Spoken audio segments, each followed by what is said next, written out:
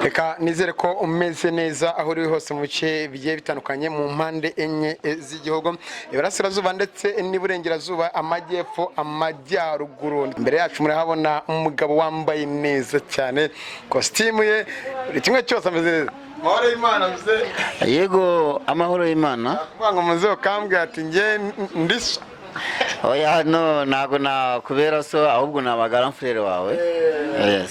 Umeze neza. Meze neza, ndashima Imana. Kositimu nziza. Yeba uruhara ruraka nk'uru rwanjye ikiroso. Kubera Imana byose niyo tubikesha, ariko vraiment nkuko bivuze meze neza. Okay, no mu mutima ni neza. No mu mutima ndakeye. Mze tuje kuganira, twaje iwawe cyagiye turakubura, turagira ngo ubundi utubwire kugira ngo ujye guhitamo gucuruza imiti y'ibimera, nako kuba umuganga dogiteri uvurisha imiti y'ibimera, byaje bite, wabyigiye, bimeze bite? Murakoze cyane, ni ikibazo cyiza, ngira ngo ni impano y'agahebuzo. Kuri icyo kibazo warumbajije, ntabwo ari byo nize mu ishuri, nta nubwo ari umurage w'abasogokuruza kwa kundi babivuga, ahubwo ni impano nahawe na Nyagasani. Kuva ku myaka 18 nibwo ndabyibuka, nibwo navuye umuntu wa mbere uburwayi yari afite mu bushakashatsi nikoreye ku giti cyanjye, muvugutira umuti, indwara yararwaye ibirakize. Kuva aho ngaho rero Imana yakomeje kwagura ubumenyi bwanjye, ni hahandi bavuga ngo icyo uzaba cyo ugendana nacyo. Yes. Mbase ati icyo uzaba cyo ugena nacyo, aramvugiye cyane icyo kintu, niyo mpamvu nanjye icyo nabaye nagendanye nacyo, nubwo hari benshi baca imanza bakavuga byinshi, ariko muri commentaire nyamuna birakenewe. Hanyuma muri iyo myaka uragenda uzamuka kuri ubu ngubu bigeze hehe, nicyo cyakuguye muri ibyo byose ngo ugere aho ugeze?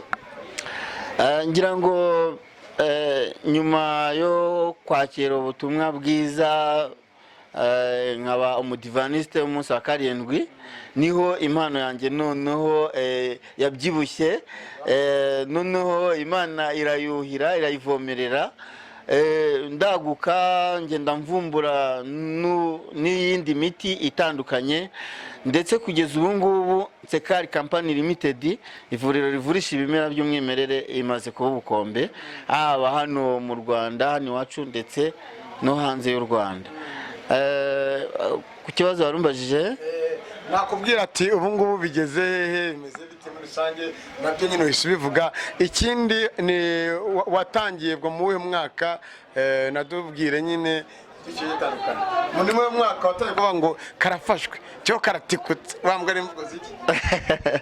ni ukuvuga urebye mu kwinjiramo neza mu buryo bwagutse, ninjiyemo mu mwaka w'2014 nibwo nafunguye ivuriro, kuko mbere yaho twarahuraga tukaganira, ukanakira, nkumva ikibazo ufite, namara kumva nshingiye ku makuru yawe unyihereye, nkagufasha, nkakuvugutira umuti, ariko bitari ibya kinyamwuga. Ubu rero noneho nyuma yo kwinjira mu itorero ry'abadivaniste, mu byigisho duhabwa harimo n'ibyo kwitungira amagara mazima. Aho ngaho narahagukiye cyane, bituma noneho mpatirwa, numvise bimbyiganiramo gufungura ivuriro no gufasha abantu noneho biri official.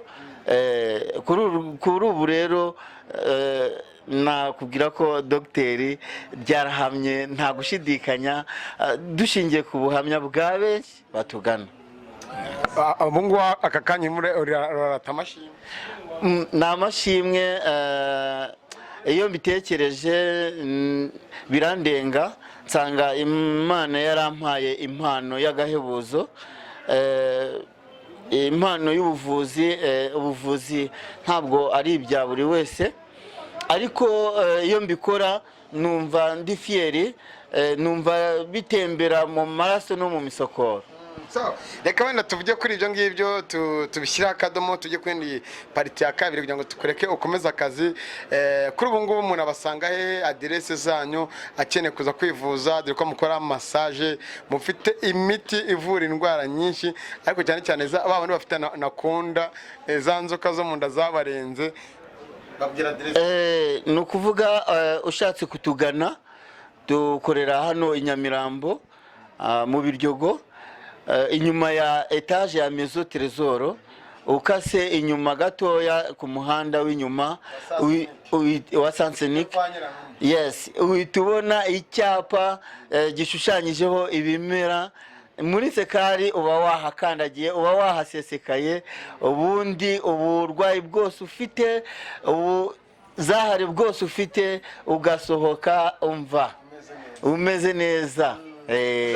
Ibyo dukora cyane cyane nk'itangazamakuru tugahuriramo n'imbogamizi zigiye zitandukanye, namwe mu nzira waciyemo nyine urabizi, wajya unyura muri byinshi bigiye bitandukanye. Ni igiki cyakubabaje muri runo rugendo rwo kuvuga ngo nabaye dogiteri, ariko akaba ari ikintu wenda cyangwa nk'umuntu waguhemukiye ukumva ko udashaka kumwibaza, kuko mubo mwakira kuvura mu rwego rwa marketing yanyu haba n'imuri kibazo? Ninde muntu wakubabaje, unambwira umuntu wagushimisha? Ni byiza kumbaza icyo kibazo. Mu buzima busanzwe duhura n'ibibazo byinshi bitandukanye, by'umwihariko mu kazi kacu, ariko nk'uko umbajije, icyambabaje cyane ni umugabo umwe waje akaza ankangurira ibikorwa byo kwamamaza.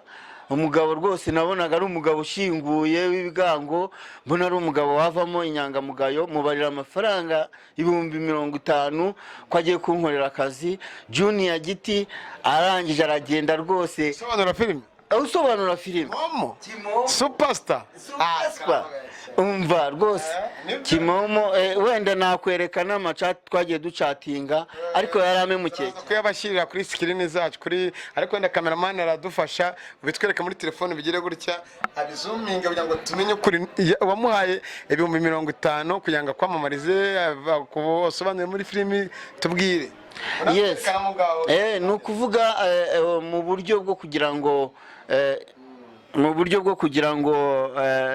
abantu hirya no hino bamenye ibyo dukora. Nari namwifashishije, mu by'ukuri mbona ari umugabo ugiye kumfasha, ariko yaramemukiye. Na nyuma yaho twaje kubonana, kuko hano ni ku nzira nyabagendwa, akunda no gukata hano cyane, ariko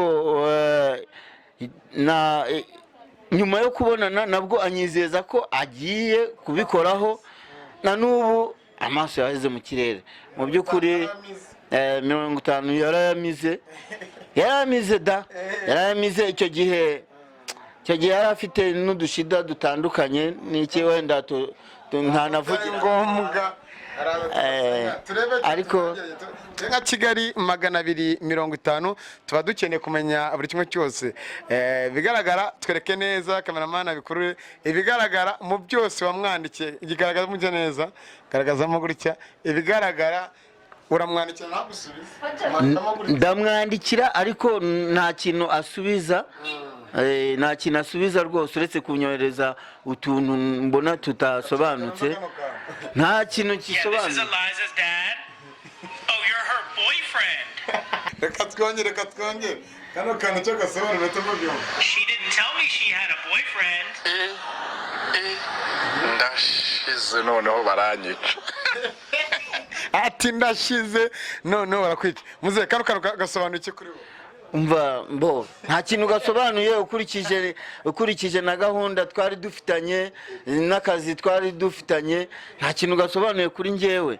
Urabona rero gasobanuye, urumva ko ari kuri telefone, imbere hari umwana, bishoboza bati ndashize noneho baranyica. Yarashaje kukubwira ko nyine umufashe nuko. Ubwo rero ahari nago anambabarira, ntabwo byari ngombwa, ariko kubw'agahinda yanteye, kubw'agahinda ndabivuze. 50 harimo imifuka 2 y'ikiro senka, imifuka 2 gusa. Ndi umugabo ufite umugore n'abana 4, 50 nkoramo sitoke hariya nkategura imiti nkagira nte abarwayi bakaza bakashima Imana. Ubuse urambwiye Junior Giti yarakwemeye. Junior Giti oya wowe ni mumureke ariko ndaza kumuvugutira umuti. Zamera nka Sarongo kandi uri umukristo. Ndaza kumuvugutira umuti kugira ngo nanamwekuremo nakire ko yamejeje byarangire. Nibwo buryo bwo kubyibagirwa. Papa reka tugushimira ahubwo tubwire Instagram yanyu ni Nsekari haba kuri YouTube channel. Dufite channel ujya kuri YouTube ukandikaho Nsekari. Kuri Facebook aho hose aho mwadusanga, kandi na telefone zacu. Telefone yanjye ni 078 50 79 023. Dufite ndasubiramo 078 50 79 023. Dufite na Tigo 072 82 79 023. Subiramo ya Tigo 078 072 82 79 023. Hari n'abanyamakuru badukurikiye bajya gutangira bavuze ati katuze tukugane aho uri, katuze noneho tubwire ibyo Junior Giti yagukoreye. Aha ngaho wenda ndagira ngo wenda tubijyana mu kiganiro wenda birangire, cyangwa nushaka kumuvuguta umuti nk'uko murabivuga uzavugute. Twebwe twari twaje kuganira nawe, ubutaha twaraje bwashize ntitwakubona. Basobanukiye byinshi bigiye bitandukanye, baguhamagare kuri izo nomero bagusure ku mbuga nkoranyambaga zakoresha, hanyuma komeza uvure nanyo uzamva nabonye wa mutipe wawe urani hata. Icyo nakubwira cyo uriya musore wanjye ikindi gihe ni ukujya muza mutadutunguye mukaza mwakomanze, kuko buriya nkurikije uko muzi mu kanya rwose n'ingumi wari kuzirya. Ndabashimiye kudusura kwanyu, ni ingenzi kandi biratwubatse. Ikindi iyo message muyigeze kure, muyitambutse, kuko ubuvuzi dufite ntabwo ari bya bindi abantu bamenyerewe gupfunyikirwa. Abantu benshi barabeshywe cyane muri uyu mwuga wacu w'ubuvuzi, ariko ndagira ngo mbamare impungenge. Hano muri Nsekari Company Limited ni ivuriro ritanga ubuvuzi buhamye, kandi mu gihe gitoya ukitangira ubuhamya, kuko dushingiye ku buhamya bwa benshi batugana ibintu bimaze gufata indi ntera. Byiza cyane muzereka dusoze Dr. Hanyuma niki ushaka nze kukubariza Junior, nawe urabyumva kuri kamera turimo turabivuga, nitukwandikira nunandusubize ubwo nyine uko uzameze uzagenda bitubwira. Ni ukumungayira gusa, ikindi ngiye gukora ni ukumuteza Imana.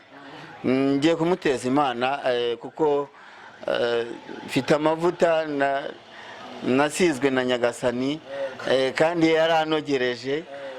Urongera ngo urabibona n'amaso araguha, ntabwo yigeze afungura rwose. Rero ngiye kumuteza Imana, kandi azishyura.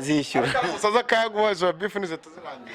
Rwose ngende umuntu open, icyo kibazo cyahita kiranduka n'imizi yacyo.